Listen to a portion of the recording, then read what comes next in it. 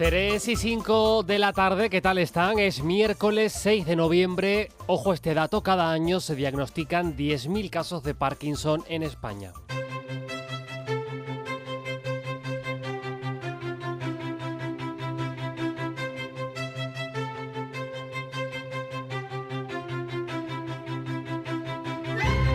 En 1817, el cirujano británico James Parkinson publicó un estudio sobre una enfermedad a la que entonces denominó parálisis temblorosa, una afección, describía, progresiva que dejaba a los adultos mayores con temblores, debilidad e incapacidad para controlar su cuerpo. Jorge Morgenthaler convive con el Parkinson desde hace ya una década, lleva medio siglo prácticamente viviendo en el archipiélago. Jorge, ¿qué tal? Muy buenas tardes. Hola, buenas tardes, Tomás. ¿En qué momento, Jorge, llegó el diagnóstico del Parkinson? ¿Por qué llegó el diagnóstico de Parkinson? Yo me encontraba mal, no entendía.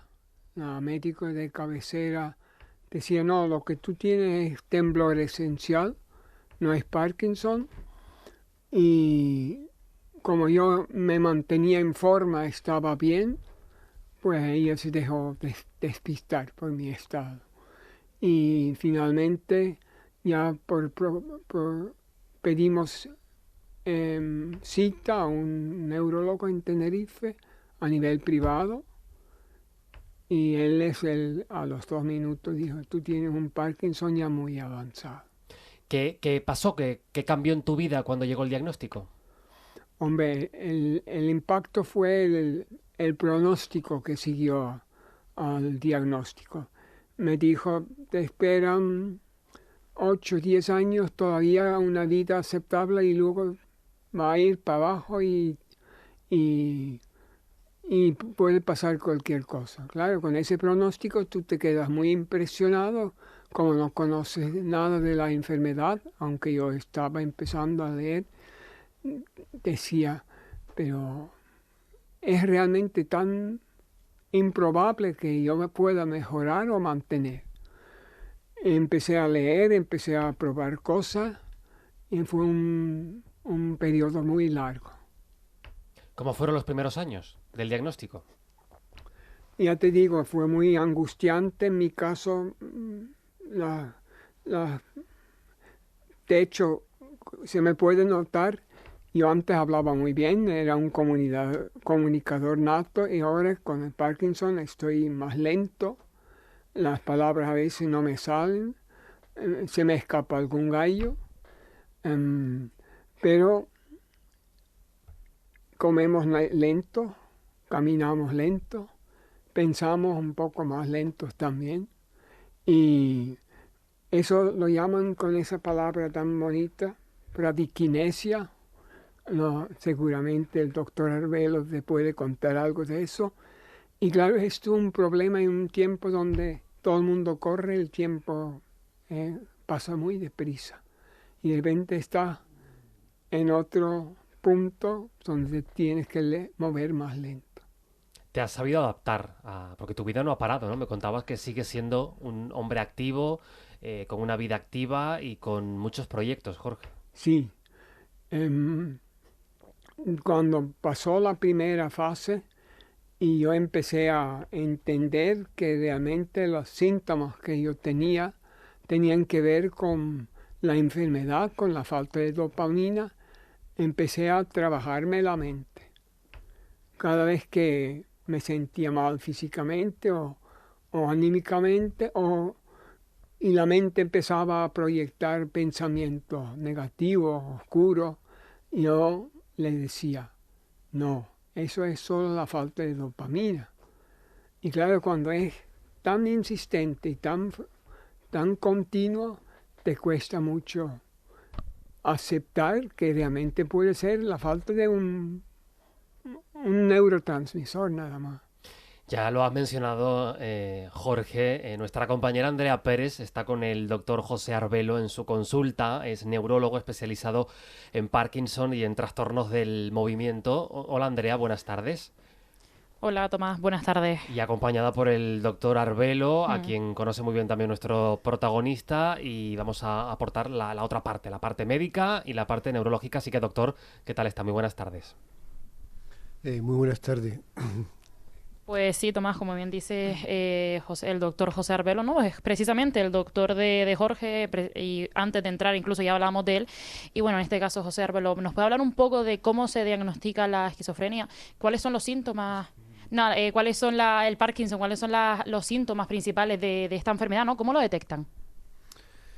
Bueno, el diagnóstico de la enfermedad es un diagnóstico clínico fundamentalmente, y esto, los fundamentos clínicos que nos llevan al diagnóstico es por una parte la lentitud, una lentitud generalizada que suele ser también con asimetría, es decir, que una parte del cuerpo que se mueve más lentamente que la otra. En algunos pacientes, no en todos, pero algunos pacientes puede acompañarse de temblor. En otros pacientes se puede acompañar de rigidez, pero la lentitud diríamos que es el denominador común, que puede acompañarse, por lo tanto, o de temblor o de rigidez. Y estos son los primeros síntomas motores que nos orienta a hacer el diagnóstico, pero sabemos que la enfermedad empieza mucho antes de que aparezcan estos síntomas motores, como puede ser un cambio del estado de ánimo, un cambio en la conducta durante el sueño, una alteración en el olfato, la aparición de estreñimiento, es decir, cambio del hábito intestinal, y esto puede preceder hasta 5, 10 o 15 años antes de que aparezcan los primeros síntomas motores. Sin embargo, hoy en día, hasta que no tengamos delante un paciente con los mínimos síntomas motores, no podemos sospechar que un estreñimiento o que una disminución del olfato pueda ser el inicio, por poner algunos ejemplos, pudiera ser el inicio de esta enfermedad. Doctor, bueno, llamativo, sí. Andrea, porque decía la importancia de la 10-15 años antes. Entiendo que la detección aquí, y Jorge lo apuntaba hace un momento, es muy importante para garantizar una calidad de vida del paciente. Sí, es así. Cuando aparecen los primeros síntomas motores, ya hay una degeneración que diríamos que está moderadamente moderadamente avanzada, ¿no? Puede suceder que hasta un 50% de las neuronas que sintetizan la dopamina pues ya han degenerado, y es cuando aparecen los primeros síntomas motores. Y una vez detectado, doctor, el Parkinson, ¿cuál es el proceso? Es decir, ¿hay un tratamiento? ¿Hay alguna manera de frenar a lo mejor ese deterioro? Entiendo que cada caso es distinto. Sí, como lo has dicho, ¿no? Cada enfermedad es diferente de otra enfermedad, o sea que no hay dos pacientes iguales, cada uno lleva, hay Parkinson que son más benignos, entre comillas, Parkinson que se considera más maligno, entre comillas. La evolución es diferente de un paciente a otro, no hay dos pacientes iguales.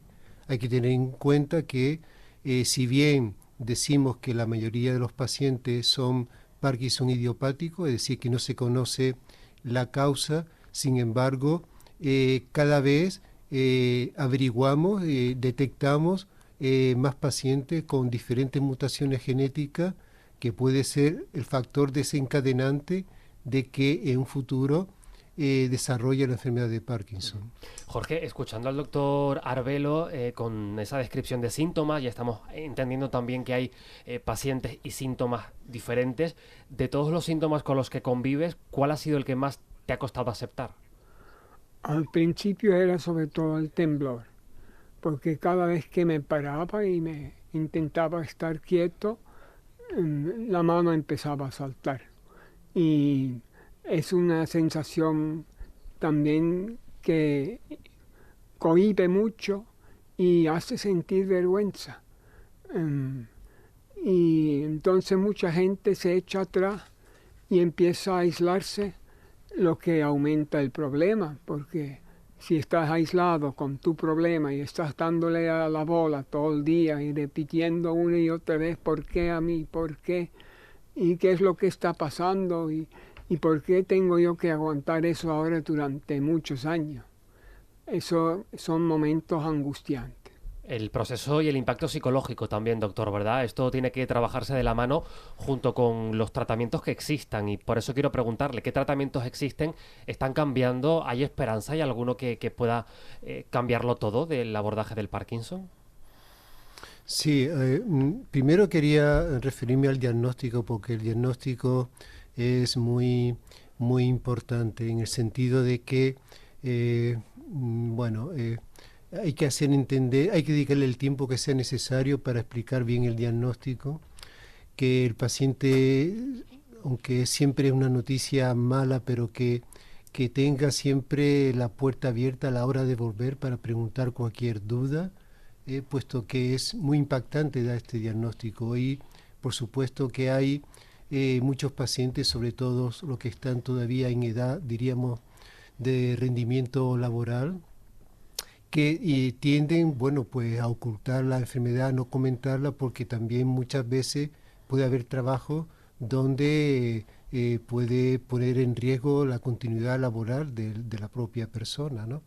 Y así que esto es un dato muy importante y de hecho el cómo se dé el diagnóstico va a influir en que el paciente se encuentre mejor, que realice mejor el tratamiento una vez instaurado la medicación necesaria. Y con respecto a los tratamientos, bueno, diríamos que el tratamiento más importante es el tratamiento que incrementa la síntesis de dopamina en el cerebro. Es un medicamento que lleva ya 60 años desde que se empezó desde que se ensayó en pacientes y se vieron los excelentes resultados. Hasta ahora no hay medicamento que supere la efectividad de este medicamento, que es la levodopa, que dentro del cerebro se convierte en dopamina. Hay otros medicamentos posteriores y relativamente recientes que han salido y fundamentalmente son medicamentos add-on, es decir, para apoyar la eficacia de la dopamina, pero no, hasta ahora no hay ninguno que le sustituya en cuanto a eficacia.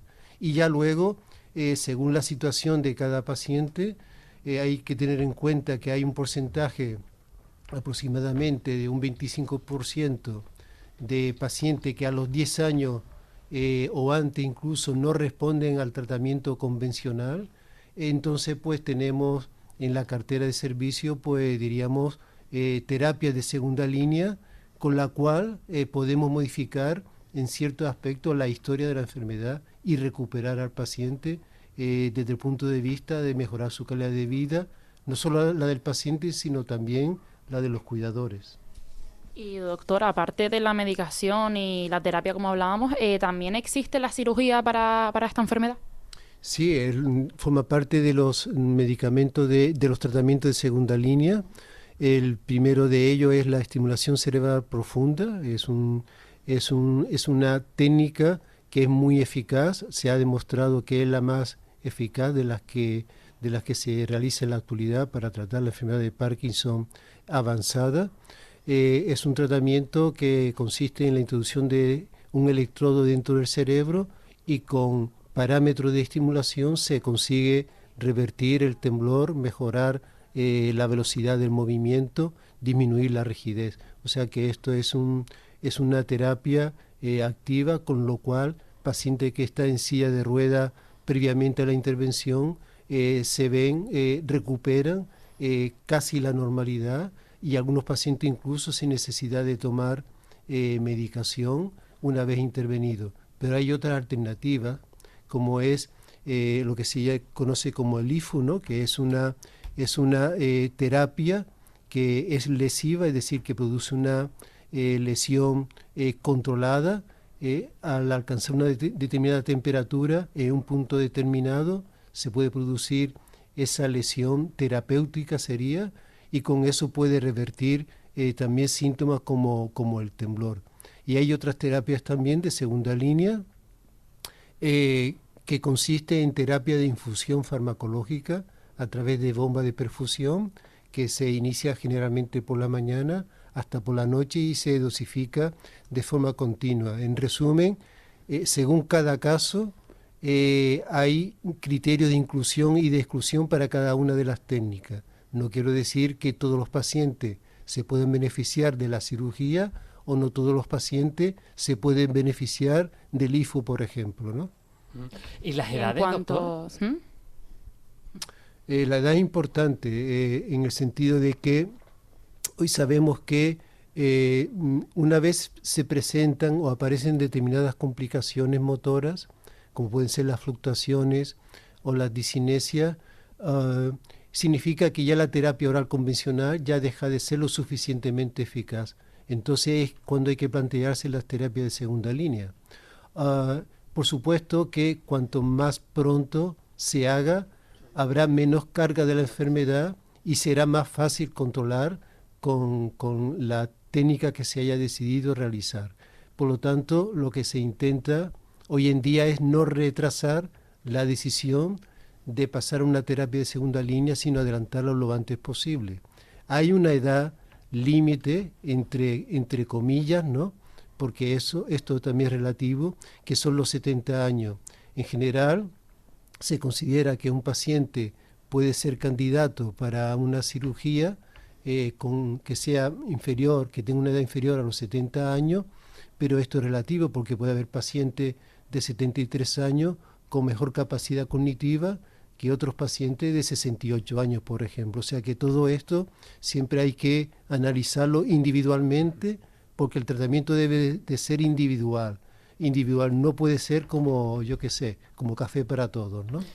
Hace 8 o 10 años, Andrea, el diagnóstico de Jorge era que este periodo iba a ser más o menos aceptable, luego todo cambiaría. Jorge, si miras ahora al futuro, porque no paras, tienes un diagnóstico, un tratamiento, ¿cómo afrontas los próximos años? ¿Cómo estás? Y también ese mensaje potente para que quien nos esté escuchando, que esté conviviendo con un diagnóstico de una enfermedad crónica, en un diagnóstico reciente o de Parkinson en concreto, ¿qué le dirías? ¿Cómo te lo tomas? Hay que buscar ilusiones siempre, independiente de la edad, porque yo tengo 74 años, hago todavía cosas, trabajo todavía un poco, pero estoy sobre todo ahora muy ilusionado desde hace unos años en un proyecto de convivencia, lo que se llama un cohousing, vivienda colaborativa, que se va a construir en Aruca, y vamos a ser 26 familias que vamos a vivir ahí apoyándonos, cuidándonos mutuamente. Bueno, pues este es el ejemplo de que con el diagnóstico, el tratamiento y también el acompañamiento, ¿verdad, doctor? Se puede tratar de caminar, y ese es el objetivo de la ciencia y de la medicina, el objetivo de acompañar a los pacientes y que tengan calidad de vida, en definitiva. Sí, indudablemente. Lo importante no solamente es conseguir que el paciente mejore síntomas desde el punto de vista motor, sino que el paciente se sienta con la confianza de que siempre, aunque se tenga la enfermedad, se puede controlar, y desde luego que hay que seguir sonriendo a la vida, y eso es un tema, como decía Jorge antes, que es la ilusión, y la ilusión siempre hay que mantenerla viva, ¿no? Como la llama, hay que añadirse leña al fuego. Pues esto es igual, tiene que buscarse motivaciones, porque no estamos hablando de una enfermedad que sea maligna, estamos hablando de una enfermedad con la que hay que convivir. Doctor, una última pregunta que nos envía una oyente al 616-486-754. ¿El Parkinson es hereditario?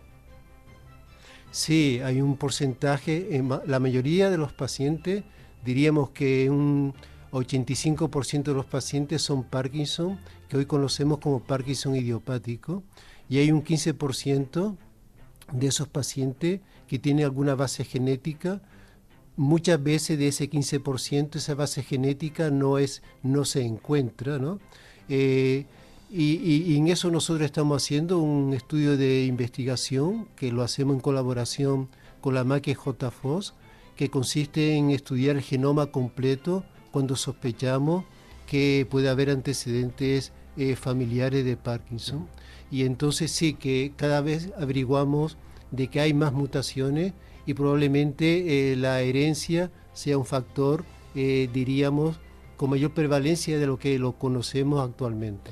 Doctor José Arbelo, neurólogo especializado en Parkinson y trastornos del movimiento. Doctor, gracias por acogernos en su consulta, y gracias, Andrea Pérez. Nada, muchas gracias a ustedes. Un saludo para Jorge y buenas tardes a todos. También les saludo, nos vemos pronto, el 19 me toca.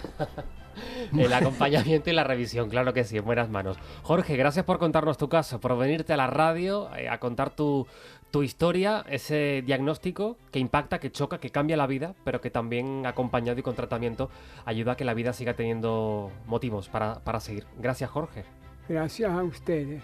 616-486-754, este programa que hacemos juntos cada tarde en la realización Mateo de Broa.